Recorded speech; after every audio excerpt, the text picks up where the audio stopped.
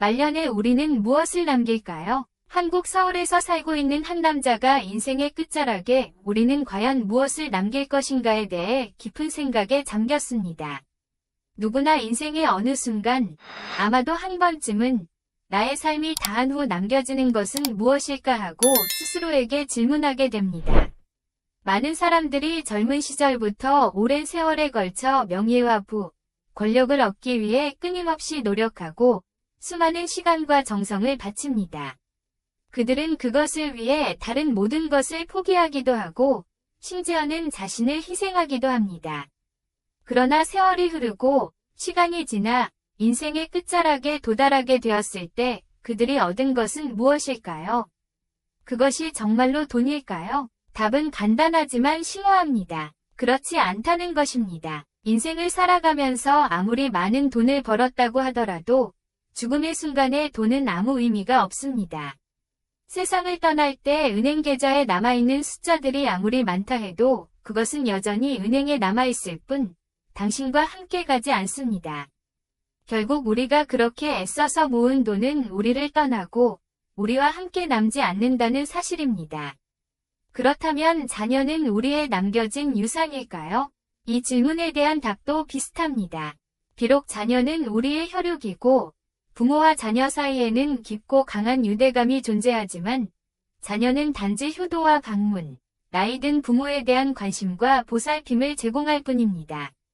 그들은 부모의 일생을 대체해 줄 수 없고 부모의 인생의 공백을 채워줄 수는 없습니다. 부모가 세상을 떠나면 자녀들은 슬픔 속에서 추억을 간직하겠지만 결국에는 자기들의 삶을 살아가야 하는 것입니다. 그래서 평생을 바쁘게 살아온 우리가 마지막 순간에 남기는 것은 무엇일까요? 오늘의 이야기는 바로 이러한 물음에 대한 답을 찾기 위해 삶과 죽음, 인생의 본질에 대해 함께 생각해보는 철학적인 여정을 제안합니다. 오래전 먼 인도의 한 시골 마을에 불행히도 젊은 나이에 병에 걸려 삶을 마감하게 된 한 청년이 있었습니다. 그는 마지막 숨을 거두는 순간 인생을 뒤돌아보며 아직 하고 싶은 일이 많았고 이루지 못한 꿈들이 아쉽기만 했습니다. 그때 청년 앞에 부처님이 나타나셨고 부드럽게 그의 손을 잡으시며 말씀하셨습니다. 이제 떠날 시간이 되었구나. 그러나 청년은 부처님을 바라보며 안타까운 마음을 감추지 못하고 간청했습니다. 부처님, 제 인생은 너무 짧았습니다. 아직 하고 싶은 일도 많고 제 인생을 온전히 살아보지 못한 것 같습니다. 부처님은 미안한 마음으로 고개를 끄덕이시며 대답하셨습니다. 정말 유감스럽지만 이 세상을 떠날 때가 되었다. 우리는 태어날 때처럼 떠나야 하느니라. 청년은 슬픈 눈빛으로 부처님을 바라보며 물었습니다. 부처님, 당신이 들고 있는 저 상자에는 무엇이 들어있나요? 부처님은 부드러운 미소를 지으며 대답하셨습니다. 이 상자에는 네가 남긴 모든 유산이 담겨 있단다. 청년은 고개를 갸우뚱하며 상자 속에 담긴 것이 무엇인지 궁금해했습니다. 그는 그것이 자신이 평생 모아온 돈, 보석, 혹은 귀중품들일 것이라 생각했습니다. 하지만 부처님은 고개를 저으시며 다시 미소 지으셨습니다. 아니란다. 그건 너의 것이 아니야. 너의 물질적인 소유물들은 모두 세상의 것이고 죽음과 함께 남는 것은 네가 진정으로 남긴 가치뿐이란다. 부처님께서 청년에게 말씀하시길 아니란다. 기억이란 너의 의지와는 달리 시간의 흐름 속에 사라질 것이니 영원히 너와 함께 할 수 있는 것은 아니다. 라고 하셨습니다. 청년은 혼란스러운 마음에 다시 질문을 던졌습니다. 그렇다면 제게 남은 것이 제 재능이겠죠? 제가 평생 쌓아온 그 능력들이야말로 저를 증명해주는 것 아닙니까? 부처님께서는 고요한 목소리로 대답하셨습니다. 그 재능 또한 깨달음의 세계에서 잠시 빌려온 것일 뿐 너의 진정한 일부가 될 수 없다. 청년은 그 답변을 듣고 나서 더 깊은 생각에 잠겼고 한참을 고민한 끝에 다시 입을 열어 말했습니다. 그렇다면 제 남은 유산은 친구들과 가족들입니까? 평생을 함께한 그들이야말로 제가 남길 수 있는 것 아닌가요? 부처님께서는 가볍게 미소 지으시며 답하셨습니다. 아니란다. 그들은 너의 마음속에서 깊은 유대로 연결된 존재들이지 너의 진정한 유산은 아니다. 그들 또한 시간과 함께 흩어질 것이다. 청년은 다시금 깊이 생각하며 자신에게 남은 것이 무엇인지 계속해서 헤아려 보았고 마침내 자신의 영혼을 떠올리며 결론 내리듯 말했습니다. 그럼 결국 저에게 남아있는 유산은 제 영혼이겠군요. 저의 진정한 자산은 제가 지금껏 지켜온 영혼 그 자체 아닙니까? 그러자 부처님께서는 청년의 눈을 바라보시며 잠시 침묵하시더니 부드럽게 말씀하셨습니다. 아니란다. 너의 영혼 또한 너의 것이 아닌 내게 속해 있는 것이다. 너의 영혼마저 너와 함께 떠나지 않을 것이다. 청년은 더욱 혼란스러웠지만 부처님께서 건네주신 상자를 받아들었습니다. 상자를 조심스럽게 열었을 때 청년의 눈앞에는 아무것도 없는 텅 빈 공간이 펼쳐져 있었습니다. 아무런 흔적도 남아있지 않은 그 상자 속을 보고 청년은 잠시 당황하였지만 곧 모든 것을 깨달았습니다. 그토록 평생을 바쳐 쫓아왔던 돈과 명예, 권력, 소유물들은 결국 허상에 불과하며 자신이 결코 가져갈 수 없는 것들이라는 것을 느낀 것입니다. 인생은 길고도 짧은 꿈처럼 스쳐 지나가는 순간에 불과하며 우리는 생을 마감할 때 아무것도 지니지 못한 채 빈손으로 떠나야 한다는 것을 비로소 알게 되었습니다. 사람들은 젊고 건강할 때 삶의 본질을 깊이 생각하지 않고 오로지 돈을 쫓으며 자기만족을 추구하며 살아가기 쉽습니다. 그러나 병마가 다가와서야 비로소 진정 소중한 것은 돈이나 재산이 아닌 오직 자신의 건강이라는 사실을 뒤늦게 깨닫게 됩니다. 우리의 삶에서 가장 귀중한 것은 바로 우리의 생명이며 가장 가치 있는 것은 우리 자신의 몸입니다. 평생을 바쁘게 살며 모든 것을 이루고자 애쓰지만 결국 마지막까지 남아있는 것은 오직 건강한 욕심뿐입니다. 우리의 몸이 살아있어야 비로소 삶을 이어갈 수 있고 그 여정 또한 계속될 수 있는 것입니다. 몸이 약해지고 모든 에너지가 소진되어 버리면 그때야 비로소 우리는 삶의 종착점에 다다르게 됩니다. 그러므로 마지막 순간까지 우리에게 남아있는 진정한 보물은 바로 이 건강한 몸이라는 것을 깨닫게 됩니다. 한편 어느 부유한 사업가가 젊은 나이에 갑작스러운 죽음을 맞이하게 되었고 그의 아내는 남겨진 막대한 재산인 19억 원을 가지고 그의 운전기사와 재혼하게 되었습니다. 그 운전기사는 재혼식 자리에서 주변 사람들에게 이렇게 이야기했습니다. 저는 예전에는 제가 주인을 위해 일하고 있다고 생각했지만 이제 와서 보니 주인이 저를 위해 일해온 셈이더군요. 결국 인생에서 누가 더 오래 살고 누가 더 건강하게 삶을 지켜나가는가가 진정한 승리자라는 깨달음에 이르게 됩니다. 우리의 인생에서 가장 큰 실수는 눈앞의 재산이나 권력, 명예와 같은 무수한 외적인 것들을 위해 소중한 건강을 희생하는 것입니다. 하지만 건강이야말로 모든 것의 근본이며 가장 소중한 자산임을 우리는 종종 잊고 살아갑니다. 건강이 없다면 우리는 아무리 많은 돈을 가졌더라도 그 돈을 즐길 수 없고 높은 지위나 명예를 누리더라도 그것이 삶의 진정한 가치를 부여해주지 못합니다. 건강한 몸이 있을 때 우리는 자립적으로 일상을 즐기고 스스로 원하는 것을 할 수 있으며 다른 사람이나 자녀에게 의존하지 않고도 자유롭게 살아갈 수 있는 힘이 생깁니다. 그러니 우리는 매일 꾸준한 운동을 통해 신체를 단련하고 긍정적인 생각과 웃음으로 삶을 가득 채우며 부정적인 감정을 줄이기 위해 노력해야 합니다. 그렇게 해야만 오래도록 건강하게 살아갈 수 있고 인생의 의미와 기쁨을 제대로 느낄 수 있습니다. 둘째로 우리는 현재의 순간을 진정으로 소중히 여기며 살아야 합니다. 노자가 말했듯이 슬픔에 빠져 있다면 그것은 과거에 얽매여 있는 것이며 걱정으로 가득하다면 우리는 아직 오지 않은 미래에 갇혀 있는 것입니다. 진정한 평온과 행복은 오직 현재 이 순간을 온전히 받아들이고 살아갈 때에만 비로소 찾아옵니다. 우리는 현재를 살아가고 있지만 종종 지나간 과거의 후회나 불확실한 미래에 대한 걱정으로 인해 지금 이 순간의 기쁨을 놓치곤 합니다. 어제의 일로 인해 오늘을 낭비하고 내일을 걱정하는 일은 우리 인생에 전혀 도움이 되지 않으며 그저 무의미한 시간만 흘러가게 할 뿐입니다. 그래서 우리는 지금 이 순간을 충실히 살아가야 하며 그렇게 할 때에만 비로소 인생은 진정한 의미를 찾게 됩니다. 하루하루가 쌓여가는 동안 우리는 마음의 평화를 유지하고 스스로 즐거움을 찾으며 살아야 합니다. 하루가 지나면 우리는 다시는 돌아오지 않는 소중한 하루를 잃게 되는 것입니다. 내일의 기쁨과 감사함으로 하루를 살아가야 하며 행복은 우리가 스스로 만들어가는 것입니다.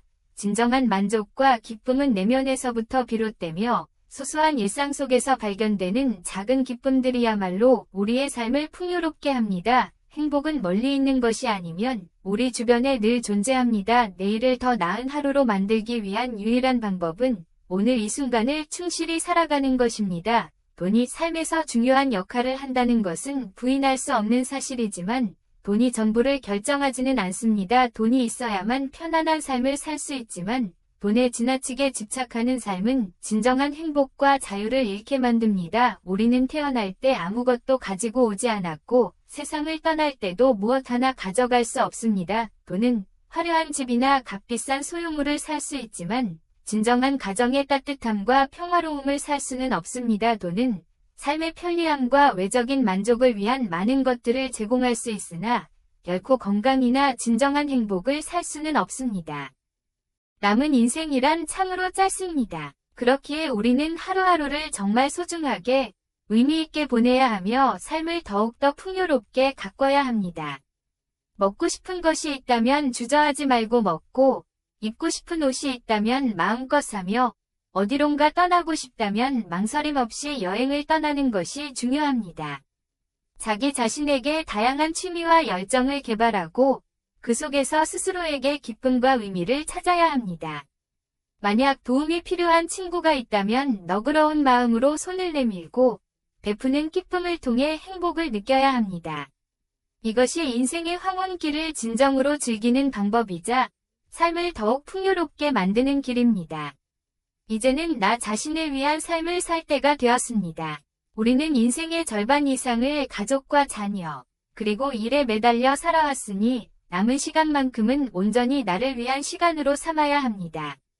내 마음이 편안하고 기쁠 수 있도록 자유롭게 살며 남의 시선에 얽매이지 않고 오직 내 마음이 바라는 대로 살아가는 것입니다. 건강을 유지하면서 적당히 활동하고 무리하지 않는 것이 중요하며 식사도 지나치게 제한하거나 규제하지 않고 충분한 영양을 섭취하는 것이 좋습니다. 너무 외로움을 타지 않도록 주의하고 과도한 소음 속에서 스트레스를 받지 않도록 평온한 환경을 유지하는 것도 필요합니다. 이렇게 하면 우리의 삶이 더욱 다채롭고 풍성해지며 동년배 친구들과 함께하는 모임이나 동아리, 혹은 공통된 관심사를 가진 사람들과의 교류를 통해 즐거움을 나누는 것도 좋은 방법이 됩니다. 나이가 들면 홀로 집에 머물러 외로움 속에 세상과 단절된 삶을 살기 쉽습니다. 그러다 보면 우울감에 빠지고 불안과 후회, 그리고 자책 속에서 몸과 마음이 병들기 쉽습니다. 절대로 나는 이제 나이가 많아 쓸모가 없다 라고 생각하거나 부정적인 말을 해서는 안 됩니다. 나이 들수록 부정적인 생각에 휩싸이지 않고 자신에게 용기와 희망을 불어넣는 태도가 필요합니다. 행복한 노후를 보내고 싶다면 가장 중요한 것은 바로 마음가짐입니다. 물론 건강과 재정적인 안정도 중요하지만 그보다도 중요한 것은 낙관적이고 긍정적인 마음이야말로 나이와 병마를 극복할 수 있는 진정한 원동력입니다. 이제 세속적인 명예와 이익에 대한 욕심을 내려놓고 마음을 편안하게 하여 햇살을 느끼고 삶의 소소한 기쁨을 누리는 것이 필요합니다. 늘 불평이나 한숨 대신 활짝 웃으며 인생을 긍정적으로 바라보는 습관이야말로 진정한 행복을 가져다 줄 것입니다. 만약 경제적인 여유가 있다면 자신이 원하는 것을 가능한 한 즐기며 지금 이 순간을 충실히 살아가는 것도 좋은 선택입니다. 어차피 우리가 세상을 떠날 때 그 모든 재산은 결국 다른 사람에게 돌아갈 뿐입니다. 그러니 오늘 내가 건강하고 맛있는 음식을 즐길 수 있는 것만으로도 이미 우리에게는 큰 행복이며 자산입니다.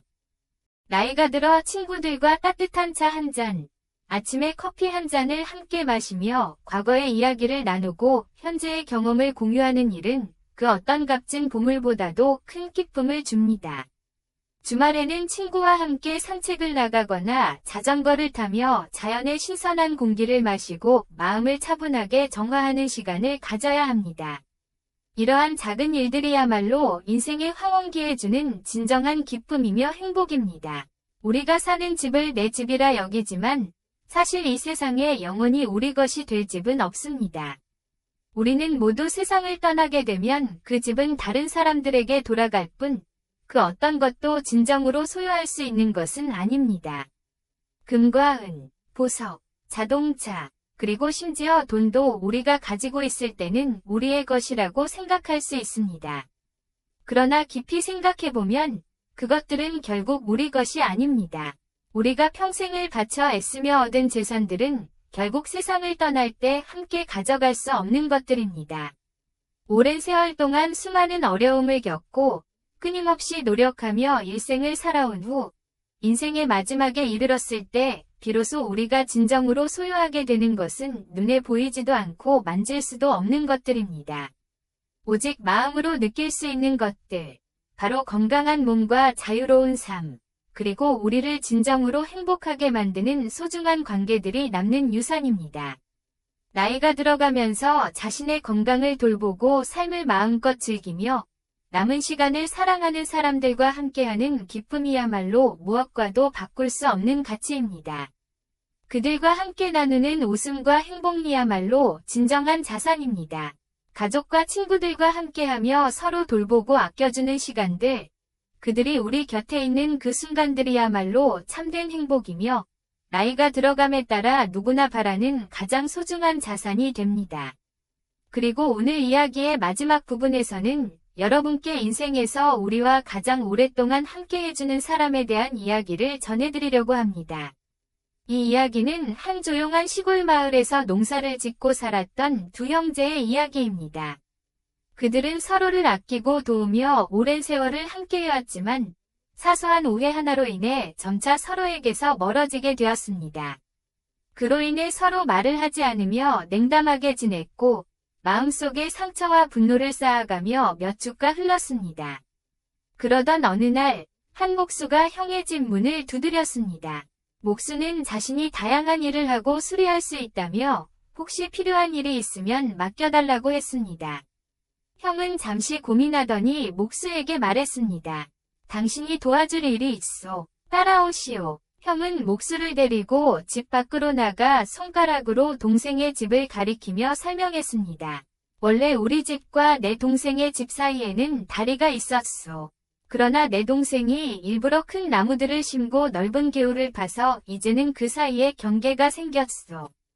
내 동생의 얼굴을 더는 보고 싶지 않으니 이 사이에 3m 높이의 울타리를 세워주시오. 목수는 형의 말을 조용히 듣고 난 후 잠시 생각하더니 고개를 끄덕이며 대답했습니다. 알겠습니다. 제가 맡아 처리하겠습니다. 형은 목수에게 나무와 도구를 맡긴 후 들판으로 일하러 나가고 저녁 무렵이 되어서야 집으로 돌아왔습니다. 집 뒤쪽으로 가서 그가 부탁했던 작업이 어떻게 되었는지 확인하던 형은 눈앞에 펼쳐진 광경에 그만 얼어붙고 말았습니다. 자신이 요청했던 높은 울타리 대신 그 자리를 차지한 것은 아름답고 정교하게 조각된 나무 다리였습니다. 이 다리는 단순히 두 집을 연결하는 다리가 아닌 예술작품처럼 세심하게 만들어진 다리였으며 마치 두 형제의 마음을 다시 이어주는 다리처럼 느껴졌습니다. 그 순간 동생도 그곳에 있었고 다리 건너편에서 다가온 동생은 눈시울이 붉어진 채 형을 꼭 끌어안으며 깊이 감동하여 말했습니다. 형님, 어떻게 형님이 이런 다리를 만들어주실 수 있습니까? 제가 형님께 했던 말과 행동을 생각하면 정말 죄송할 뿐입니다. 형도 예상치 못했던 상황에 큰 감동을 받아 눈물을 흘렸습니다. 그렇게 두 형제는 서로를 끌어안고 그동안 쌓였던 오해와 상처를 풀며 화해의 시간을 나누었습니다. 형제의 끈끈한 오해가 다시금 회복되는 이 순간 목수는 조용히 도구들을 챙기며 떠날 준비를 하고 있었습니다. 이를 본 형은 서둘러 그를 붙잡으며 말했습니다.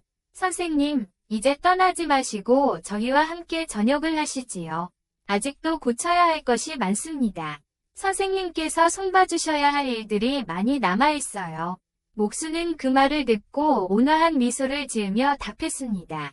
저도 이곳에 머무르고 싶지만 저를 기다리는 또 다른 다리와 고쳐야 할 것들이 많아서 떠나야 할 때가 되었습니다. 예로부터 사람들은 형제는 서로의 힘이 되어주고 하나의 몸과 마음처럼 서로를 감싸고 위지해야 한다고 말해왔습니다. 형제는 서로 잘못을 이해해주고 어려울 때는 손을 내밀어 도와주며 서로의 곁에서 인생의 힘든 길을 함께 걸어가야 하는 존재입니다. 형제 사이에는 어떠한 조건도 중요하지 않으며 능력과 재산에 많고 적음에 상관없이 서로를 아끼고 보살펴야 할 책임이 있습니다. 형제 간의 깊은 정은 우리에게 어려운 인생의 순간을 이겨낼 힘을 주며 이와 같은 가치는 형제가 아닌 가까운 친구들 사이에서도 마찬가지로 중요한 의미를 가집니다. 옛날 전씨 가문이라는 집안이 있었습니다. 이 가문의 형제들은 오랜 세월 동안 서로를 위지하고 우애를 지키며 살아왔습니다. 시간이 흘러 이제는 세 형제만이 남아 함께 즐겁고 화목하게 살고 있었습니다. 그러나 둘째가 결혼하게 되면서 상황이 달라졌습니다. 둘째의 아내는 이기적이고 자주 다툼을 일으키는 성격을 가지고 있었기에 형제들 사이의 원만한 분위기가 예전 같지 않게 변해갔습니다. 둘째의 아내는 어느 날 결국 세 형제의 유산을 나누자고 강하게 주장했습니다. 형제들 사이의 정을 소중히 여겼던 남편은 처음에는 이를 거절했지만 아내는 날마다 불평을 늘어놓으며 그를 압박했고 끝내 둘째는 아내의 요구를 따르기로 결심했습니다.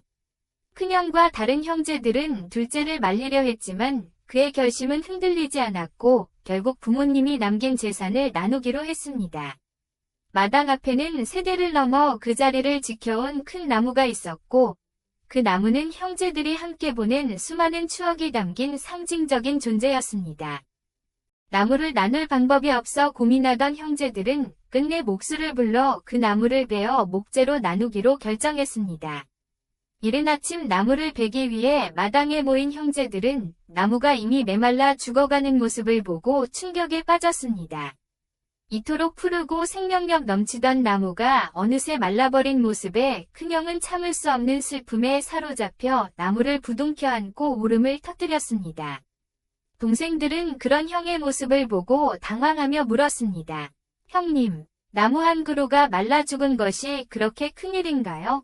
큰형은 눈물을 훔치며 답했습니다. 나는 이 나무가 죽어서 우는 것이 아니다. 오랜 세월 우리와 함께해온 이 나무조차도 우리가 갈라질 것을 예감하고 시들어버린 것이 아니겠느냐. 우리의 이별을 보고 이 나무가 이렇게 슬퍼하는데 나 역시 이걸 보고 마음이 아파 견딜 수가 없다. 큰형의 말을 들은 동생들은 그 깊은 의미를 깨달았고 서로를 보며 함께 눈물을 흘렸습니다. 그제야 둘째의 아내는 자신의 행동을 돌아보며 깊은 후회에 빠졌고 형제들 앞에서 고개를 숙이며 진심으로 사과했습니다. 그녀는 다시는 형제들을 갈라놓는 일을 생각하지 않겠다고 다짐하며 세 형제는 다시 하나가 되어 함께 살아가기로 했습니다. 이후 시들어가던 나무는 마치 그들의 화해를 축복하기라도 하듯 점차 푸르게 생기를 되찾았습니다. 예로부터 사람들은 100년의 인연이 있어야 한 배를 타고 1000년의 인연이 있어야 부부가 된다고 말하곤 합니다. 형제자매라는 인연은 그보다도 더 오랜 인연이 쌓여 이루어진 것임을 잊어서는 안 됩니다.